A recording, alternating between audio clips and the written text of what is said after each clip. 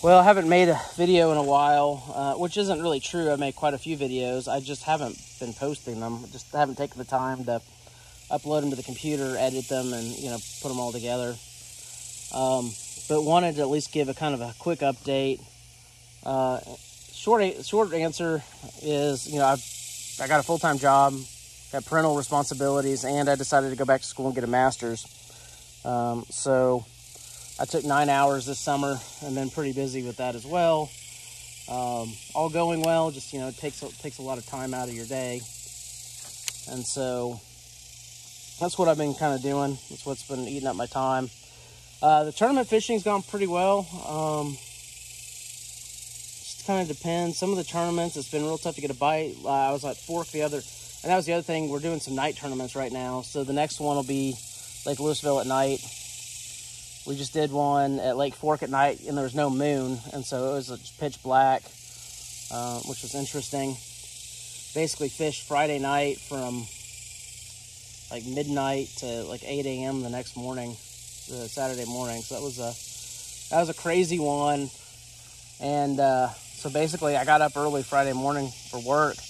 I didn't go to bed till Saturday night or something like that. It was crazy being up that late. I was surprised, being almost 40, that I had the stamina or the willpower to do all that.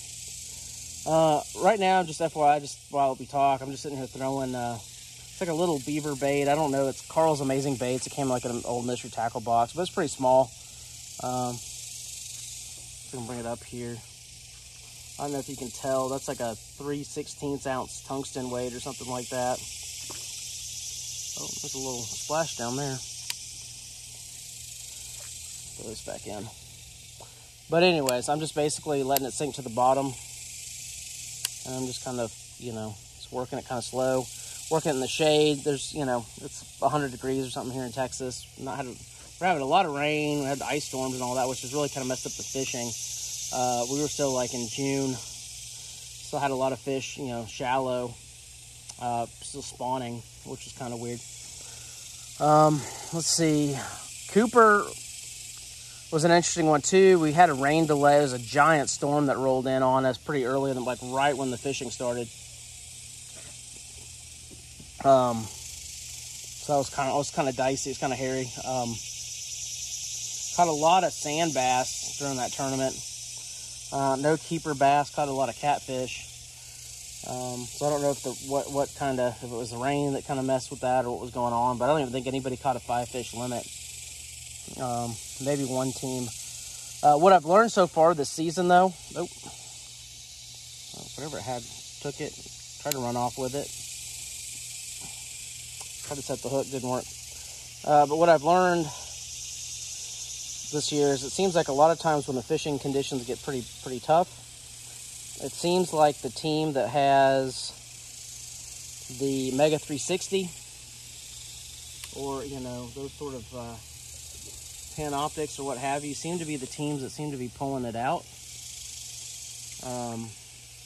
Even at Lake Fork is a great example. We had no moonlight. I mean, we were fishing docks, looking around everywhere, trying to find fish. And the team that came in first had Mega 360, and they had 12 pounds, and 7.5 of that was one fish. So if that kind of gives you an idea of how just how kind of tough that night tournament was. And we were fishing, I think I just said it a minute ago, basically midnight on Friday, or 11:59 p.m. on Friday to 8 a.m. on Saturday. And it was tough. But anyways, the second team, I think they had just under 10 pounds. So, but both those teams had the imaging, which I think really helps in tough situations like that. When you know, especially, we were trolling around a lot, but we weren't really driving a whole lot. We spent a lot of time, you know, around docks, around lights and things like that. And we really just didn't have the luxury of being able to fly around the lake and to be able to see where we were casting and stuff like that. So you weren't able to make do a bunch of things. So it was definitely different, definitely interesting.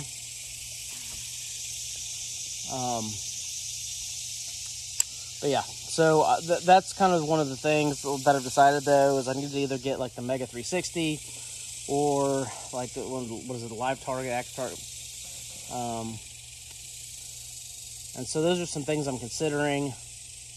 It's a pretty big high dollar investment to do that. And then basically it's going to be kind of a challenge, because like with the Terrova, I'll have to get some sort of mount or something to mount whatever I decide to use on there,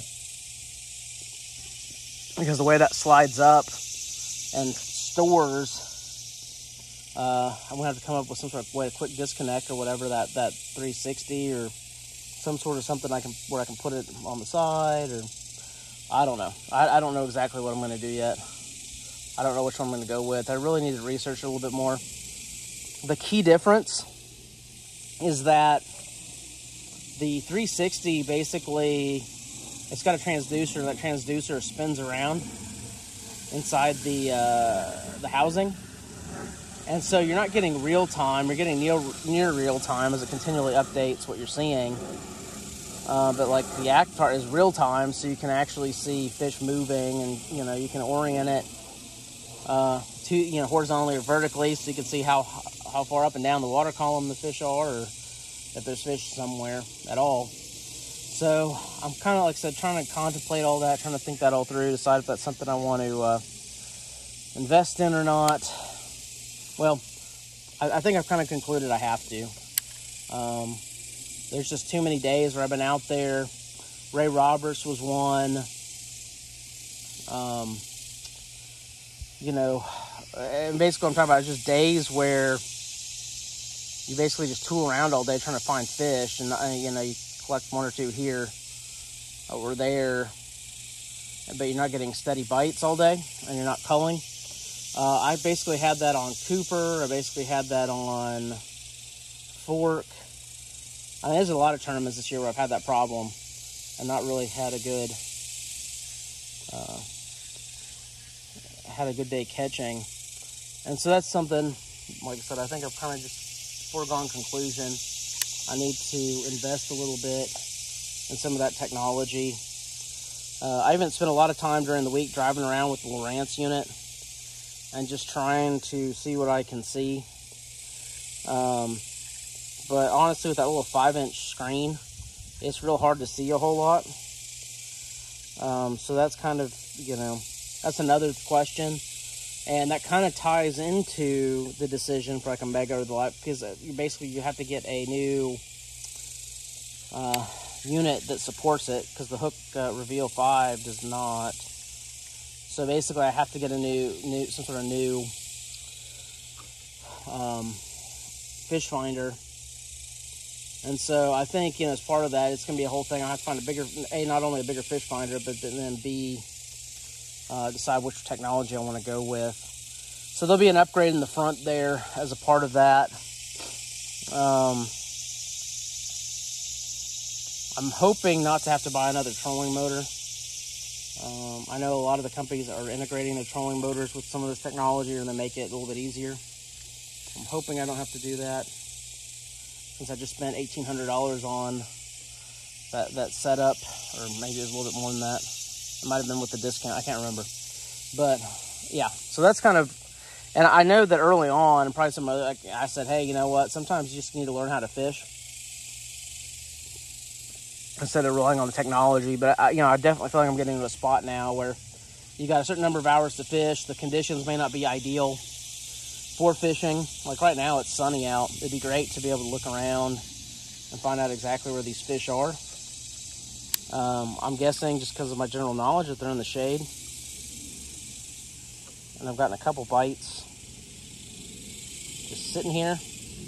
And most of them have come, got another one right there. But they're coming from around the dock, because I think that's kind of just where the fish are hanging out, is under the dock and in the shade. There's one. There's one. So, oh great. Hold on. I didn't mean to cuss like that. I saw a snapping turtle come up, and I was like, oh, that's going to be a problem. And this guy's got me all fouled up on this thing. Come on, buddy. That's one of my good, this is one of the bigger fish I think I have in my pond here. But she's got me all wound up around this. There we go. Oh, he's got me, still got me wound up on him. No, that just freaked me out for a second. It looked like I saw a snapping turtle head or something coming up. I was like, don't eat my fish. I just worked hard to catch that thing. Anyways, like I said, I've got to figure something out for some imaging technology here. I think that's just, for me at this point, a given. So that's just something that's going to have to happen. And it's not a big deal. I mean, I've budgeted for it. I'll plan for it. But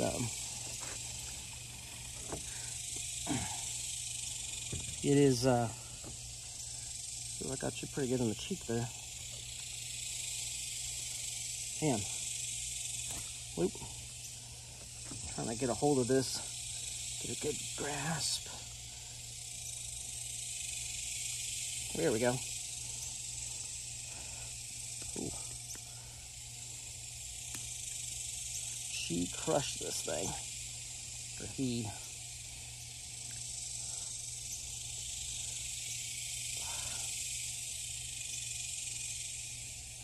All right, let me pause real quick and I'll be right back.